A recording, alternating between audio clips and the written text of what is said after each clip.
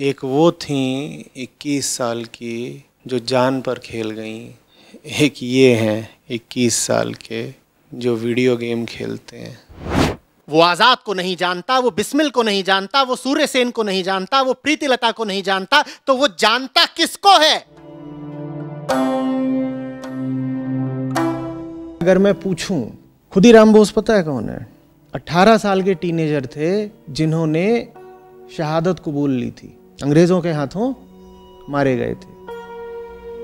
पर इस टीनेजर का नाम लड़कों को नहीं पता होगा कि मुझे बताओ भगत सिंह, राजगुरु, सुखदेव कितने साल के थे जब फांसी पर चढ़े थे, तो ये भी नहीं पता होगा, जबकि ये तीनों ही 22-22, 23-23 साल के थे और 23 ही मार्च को फांसी पर चढ़ गए थे। अब टीनेजर को या यंग एडल्ट को संगति चाहिए, सवाल ये उसे किसकी संगति मिल रही है? इन जैसे टीनेजर्स की संगति मिल रही है क्या उसको? और बहुत जबरदस्त किशोर और युवा हुए हैं भारत के और दुनिया के इतिहास में, मैं उनका नाम लेता चलूंगा। मैं अगर अभी तुमसे पूछूं कि विनय बसु के बारे में बताओ, तो ये नाम ही शायद तुमने खुद न कभी सुना हो कि विनय बसु ये कौन है। विनय बसु एक बहुत जबरदस्त जवान क्रांतिकारी थे और उनके साथ नाम अमर है बादल गुप्ता और दिनेश गुप्ता का। अब आप कहेंगे बादल गुप्ता, दिनेश गुप्ता, तो थोड़ा सा जा करके इंटरनेट पर पढ़िए तो सही, या कोई किताब लेकर के पढ़िए तो सही। Battle of the veranda, Calcutta की राइटर्स बिल्डिंग, वहां पर ये तीनों युवा क्रांतिकारी घुस गए थे और आईजी सिम्पसन था जिसने बहुत क्रूरता पूर्वक दमन कर रखा था भारतीयों का और जेलों में बंद क्रांतिकारियों का। तो वहां घुसे, वहां उसको गोली मारी और उसके बाद बड़े सशक्त पुलिस बल से कुछ देर तक लोहा लेते रहे। उसके बाद तीनों अपनी मर्जी से शहीद हो गए और विनय बसु ने खुद को गोली मारी, उसके बाद भी जिंदा रह गए। अंग्रेज उन्हें पकड़ करके अस्पताल में भर्ती कराए। उनको जहां गोली लगी थी वो उस जगह को जानबूझ करके अपने हाथों से लगातार खोदते रहे जब तक उनकी मौत नहीं हो गई। ये भी तो एक जवान आदमी है ना। और इनके साथ दो टीनेजर थे, 18 साल के ये लड़के थे, बादल गुप्ता, दिनेश गुप्ता। 18 साल समझते हो, 12वीं का लड़का। इनके बारे में क्यों नहीं पता है हमारे आज के टीनेजर्स को? क्या वजह है? और ये बड़ी ज़बरदस्त कहानी है। टीनेजर्स की भाषा में कहें तो इम्प्रेसिव भी है और इंस्पिरेशनल भी है। यतीन्द्र नाथ थे, उन्होंने कहा जेलों में क्रांतिकारियों के साथ बड़ा दुर्व्यवहार होता है तो अनशन करेंगे। और वो अनशन उनका ऐसा था कि 63 दिनों तक उन्होंने कुछ अपने भीतर जाने नहीं दिया। उनकी नाक के भीतर नली लगा करके कुछ खिलाने पिलाने की कोशिश की जाती तो खांसना शुरू कर देते ज़ोर से। 63 दिन समझते हो, 63 दिन बिना कुछ खाए पिए रहना। और ये 24 साल के थे। एक बार में फांसी पर झूल जाना या गोली खाकर मर जाना तो फिर भी अपेक्षाया थोड़ा आसान है। 63 दिनों तक धीरे धीरे जानबूझ करके मौत की ओर बढ़ना, समझो तो 24 साल का लड़का ही है। इनके बारे में पता ही नहीं होगा ना। मैं अभी पूछूं सूर्य सेन के बारे में बताओ, निर्मल सेन के बारे में बताओ, तो कुछ नहीं बता पाएंगे टीनेजर्स और लड़के। तो इनकी संगति तो नहीं ही कर रहा है आज का युवा वर्ग। किसकी संगति कर रहा है? इस सवाल के साथ रहो, किसकी संगति कर रहा है? टीनेजर है आज का, इनको तो अपना रोल मॉडल नहीं मान रहा है। तो आज का जो टीनेजर है वो फिर संगति कर किसकी रहा है? शांति घोष, सुनीति चौधरी, ये 15-15 साल की लड़कियां थीं। 18 की उम्र में 12वीं में होते हो अगर, तो 15 की उम्र में तो 9वीं-10वीं में होते हो। और 15 की उम्र में इन्होंने जा करके गोली चला दी थी सीधे और जेल चली गई थी। अंग्रेजों पर सीधे गोली चला दी थी। और ये वो उम्र है जब आज की टीनेज लड़कियां ऐसा व्यवहार कर रही होती हैं अधिकतर जैसे अभी छोटी सी नन्ही सी डॉल हों, गुड़ियाँ हों। कनकलता बरुआ का नाम ही नहीं सुना होगा इन टीनेज लड़के लड़कियों ने। मृत्यु वाहिनी की सदस्य थीं और 17 की उम्र में प्रदर्शन कर रही भीड़ का नेतृत्व कर रही थी, हाथ में तिरंगा लेकर के। गोली खाई और अंग्रेज़ों ने पहले ही चेतावनी दे रखी थी कि अगर निकलोगे सड़क पर तो गोली खाओगे। चेतावनी के बावजूद निकली, सामने से गोली खाई और सड़क पर ही वीरगति को प्राप्त हो गई। और ये 17 साल की है। क्या इनके बारे में जान रहे हैं आज के टीनेजर्स? इनके बारे में तो नहीं जान रहे।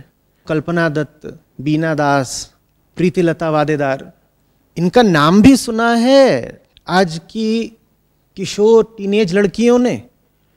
21 साल की थी प्रीतिलता। चटगांव में जो ब्रिटिश क्लब था, एंटरटेनमेंट क्लब, उसमें जाकर के बम लगाई, फायरिंग करी और जब क्लब के भीतर से जवाबी फायरिंग होने लगी, एक गोली उनको लग गई तो साइनाइड खा करके जान दे दी। ये तो 21 की थी। और कल्पना दत्त और बीना दास इनके साथ जब थीं तो वो 18 साल की थीं। 18 की साल में ज़बरदस्त तरीके से क्रांतिकारी गतिविधियों में उतर भी गईं, पकड़ी भी गईं, जेल भी हो आईं। इनके बारे में हमारा टीनेजर नहीं जान रहा है। उस सवाल के साथ रहना कि इनके बारे में हमारा जो टीनेजर है वो क्यों नहीं जान रहा है, और जबकि इनकी कहानियां ऐसी हैं कि जानने लायक हैं। एक बार आप इनकी कहानियों के साथ हो लो तो उसके बाद दुनिया भर की जो बेहुदा दो कौड़ी की खुराफाती कहानियां हैं वो आपके दिमाग से तुरंत उतर भी जाएंगी। इसी तरीके से अगर मैं विज्ञान के क्षेत्र में आऊँ तो ब्लेस पास्कल ने 19 की उम्र में, और हम बात कर रहे हैं 17वीं शताब्दी की, 19 की उम्र में 17वीं शताब्दी में एक कैलकुलेटर तैयार कर दिया था जो अबैकस का विकल्प हो सकता था। जॉन वॉन न्यूमैन, जिन्होंने पहला हाइड्रोजन बम तैयार कराया और जो पहले कुछ कंप्यूटर्स को बनाने में काफ़ी अग्रणी रहे थे, उनके रिसर्च आर्टिकल्स उनकी टीनेज में ही प्रकाशित होने शुरू हो गए थे। और अध्यात्म के क्षेत्र में अगर कहूँ तो फिर तो न जाने कितने उदाहरण हैं। विवेकानंद 30 का होने से पहले पहले पूरा भारत भ्रमण कर चुके थे, और 40 का होने से पहले पहले अपनी जीवन लीला पूरी करके अपना सब संस्थापना का और किताबों का काम करके इस दुनिया को विदा भी दे चुके थे। आदि शंकर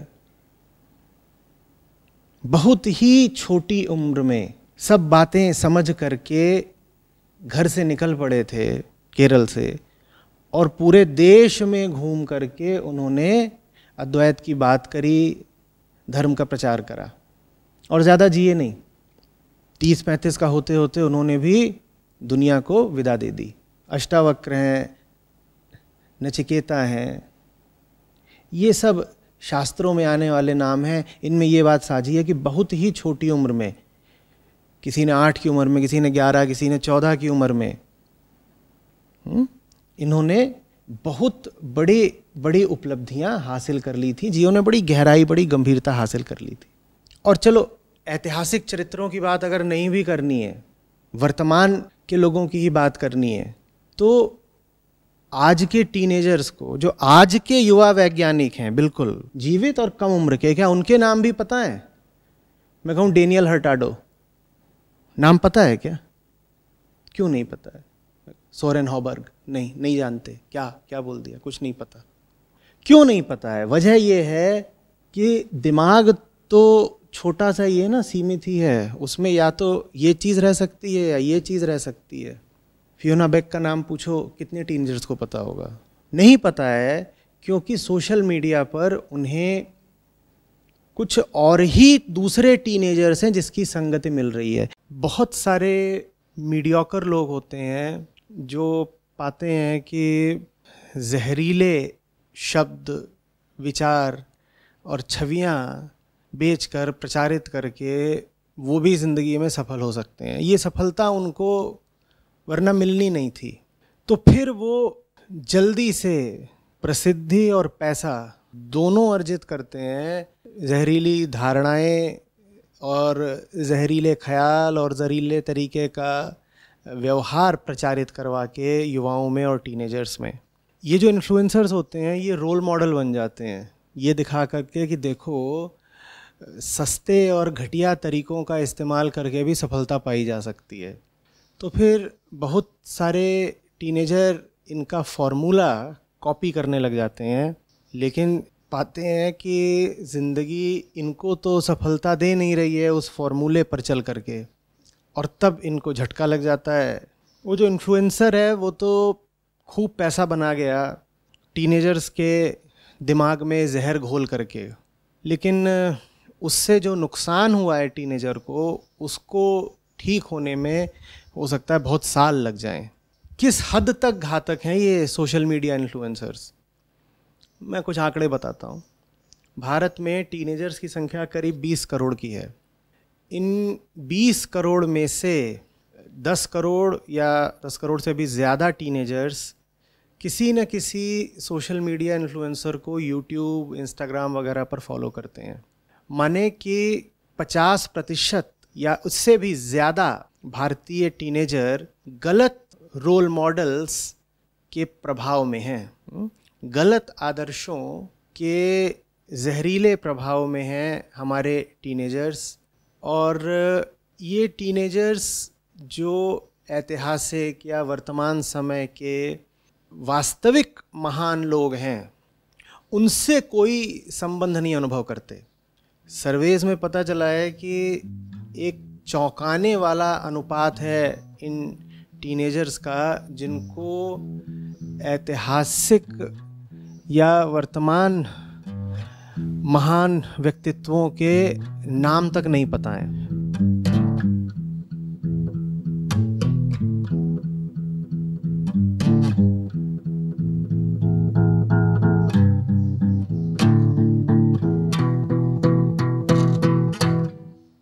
इसका मतलब ये है कि वो जो सोशल मीडिया आइकन है इनका, वही इनके दिमाग में सबसे ज़्यादा जगह रखता है और ये सिर्फ उसी से प्रभावित हो रहे हैं। तो इसका जो भयानक निष्कर्ष है वो ये है कि भारत का भविष्य इन्हीं घटिया सोशल मीडिया इन्फ्लुएंसर्स के द्वारा निर्धारित हो रहा है। बहुत ही गैर जिम्मेदार और मूर्ख किस्म के लोग युवाओं में बहुत प्रसिद्ध होकर के यूथ आइकन बन गए हैं, कल्चरल ट्रेंड सेटर बन गए हैं। भारत के भविष्य के लिए ये बहुत ख़तरनाक बात है। क्या सभी सोशल मीडिया इन्फ्लुएंसर नालायक और घातक ही होते हैं? नहीं, ऐसा नहीं है। कुछ बहुत बढ़िया सोशल मीडिया इन्फ्लुएंसर भी हैं, लेकिन ये जो असली हीरो हैं इनको ज़्यादा फॉलोअरशिप या अटेंशन मिलता ही नहीं है। क्यों नहीं मिलता? प्रमुख कारण तो यही है कि जो हमारा यूथ है उसके दिमाग को गलत रोल मॉडल्स ने घेर रखा है। तो फिर सही चीज़ की ओर जाने के लिए जगह, स्थान उपलब्ध ही नहीं है। फूहड़ बदमिजाज लड़के आज वो सोशल मीडिया के सुपरस्टार हैं। सारी ज़िंदगी, सारी किस्मत तुम्हारी इसी बात से तय हो जाती है कि तुमने किसको अपना आदर्श बना लिया और किसकी संगति स्वीकार कर ली। और मैं दोहरा के कह रहा हूँ कि एक टीनेजर और एक जवान आदमी ज़बरदस्त तरीके से इम्प्रेशनेबल होता है, वल्नरेबल होता है। उसको जिसकी संगत मिल गई वो वैसा ही हो जाएगा। एक टीनेजर 99% संभावना है कि किसी घटिया चीज़ की ओर आकर्षित होगा सोशल मीडिया पर, और जब वो घटिया चीज़ की ओर आकर्षित होगा तो वो जो घटिया चीज़ है उसको 10 और लोगों को रिकमेंडेशन में दिखाएगा। 10 और देखेंगे, उसमें से 8 उसकी ओर आकर्षित हो जाएंगे, क्योंकि घटिया चीज़ आकर्षक भी होती ही होती है। और फिर वो चीज़ फैलने लगेगी, ट्रेंड करने लगेगी, और धीरे धीरे ये जो घटिया व्यक्ति होगा अब वो एक सेलिब्रिटी हो चुका है। जब वो एक सेलिब्रिटी हो जाता है तो उसको फॉलो करना और ज़्यादा संभावित और आसान हो जाता है। देखिए, आपके ऊपर जब कोई खुला हमला करता है ना, तो उसके खिलाफ सुरक्षा का इंतज़ाम कर लेते हो। आपके देश पर कोई आक्रमण करे, चीन से, पाकिस्तान से, आपके घर पर कोई आक्रमण करे, तो आप उसके खिलाफ सीमाएं चौकस कर लोगे, दरवाजे बंद कर लोगे, ये सब कर लोगे। पर जब आपका दुश्मन आपके मोबाइल फ़ोन के अंदर से बात करता हो, वो भी सेलिब्रिटी बन करके, तो आप क्या करोगे?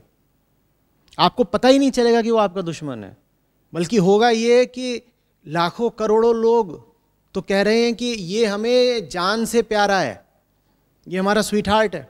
टीनेज लड़कियों को भगत सिंह का पता हो ना हो, खुदीराम बोस का पता हो ना हो, विनय बसु का पता हो ना हो, पर वो कहेंगी नहीं, ये जो लफंगा है ये हमारा डार्लिंग है।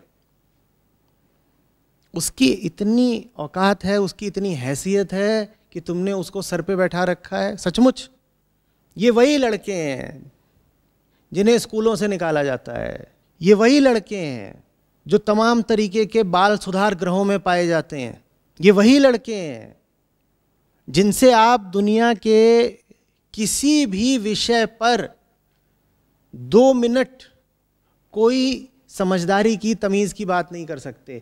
देश का जो सबसे बड़ा लफंगा हो, अगर वो देश का सबसे बड़ा टीनेज सेलिब्रिटी भी बन गया हो, तो समझ जाना चाहिए कि अब बहुत ज़बरदस्त खतरा है। और इस तरह के खतरे एक नहीं, 1000 हैं।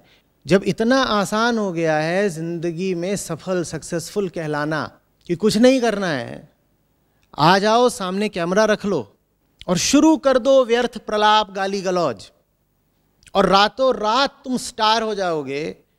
तो फिर 1, 2 या 4, 5 स्टार ही क्यों हो, गली गली से स्टार क्यों नहीं निकलेंगे इसी तरीके के बेहुदे? यही तो अब रोल मॉडल्स हैं। और अगर इनको हर तरह की सफलता मिल रही है, पैसे की भी मिल रही है, ख्याति भी मिल रही है, ताकत भी मिल रही है, तो जो दूसरे टीनेजर्स या जवान लोग हैं वो भी इन्हीं के नक्शे कदम पर क्यों नहीं चलना चाहेंगे? बताओ भाई, कौन लंबी चौड़ी पढ़ाई लिखाई करे और एक बड़े लंबे रास्ते पर चल करके ज़िंदगी में सफलता हासिल करे? करना क्या है? सबसे आसानी से तो हम खिंचते बुराई की तरफ ही हैं। तो जो सबसे गंदी और घटिया तुम्हारी बुराई हो, उसको आकर कैमरे पे प्रदर्शित कर दो, लोग आकर्षित हो जाएंगे। और सोशल मीडिया कंपनीज का इसमें फ़ायदा ही फ़ायदा है। माँ बाप यहाँ अपना टीवी देख रहे हैं, वो चंपू वहाँ पर बैठ करके यूट्यूब पर कुछ देखे जा रहा है। वो सुन क्या रहा था यूट्यूब पर, आपने देखा ये? अब आपको ताज्जुब हो रहा है कि मेरा चंपू शराब में और ड्रग्स में कैसे फंस गया। ऊपर उठने में हमेशा मेहनत लगती है ना, नीचे गिरना तो आसान ही होता है। आदमी के इतिहास में एक से बढ़कर एक ज़बरदस्त किशोर जवान लड़के लड़कियां हुए हैं, ऐसे हैं कि आप बिल्कुल उत्साह से, उमंग से, प्रेरणा से भर जाएं उनका जीवन देख करके। अक्सर उन्होंने बहुत छोटा ही जीवन जिया है, पर उनका वो छोटा जीवन भी आग की लपट की तरह रहा है। अभी मैंने जिन क्रांतिकारियों की बात की, वो सब आपस में जुड़े हुए थे अधिकतर। उनको क्या मिली हुई थी? एक दूसरे की संगति। जैसे एक मशाल से दूसरी लौ जलती है। तो ये भी अगर महान हो पाए, ऊंचे हो पाए, ज़बरदस्त हो पाए, तो इसमें बहुत बड़ा योगदान इनको मिली सुसंगति का था। इनके ऊंचे आदर्श थे। उदाहरण के लिए बंगाल के जिन क्रांतिकारी लड़के लड़कियों की मैंने बात की, उनमें से कई सुभाष चंद्र बोस से अभिप्रेरित थे। तो उनके सामने एक उच्चतर आदर्श होता था। कल्पना दत्त के सामने सूर्यसेन का आदर्श था। जिस देश की जवान पीढ़ी बर्बाद हो गई, उस देश को अब दुश्मनों की ज़रूरत नहीं है। और याद रखिएगा, जो दुश्मन सीमा पार होता है वो कम खतरनाक होता है। जो दुश्मन आपके ही समाज में बैठ गया है, आप में से ही एक बन के, बल्कि रोल मॉडल और सेलिब्रिटी बन के, वो ज़्यादा खतरनाक होता है।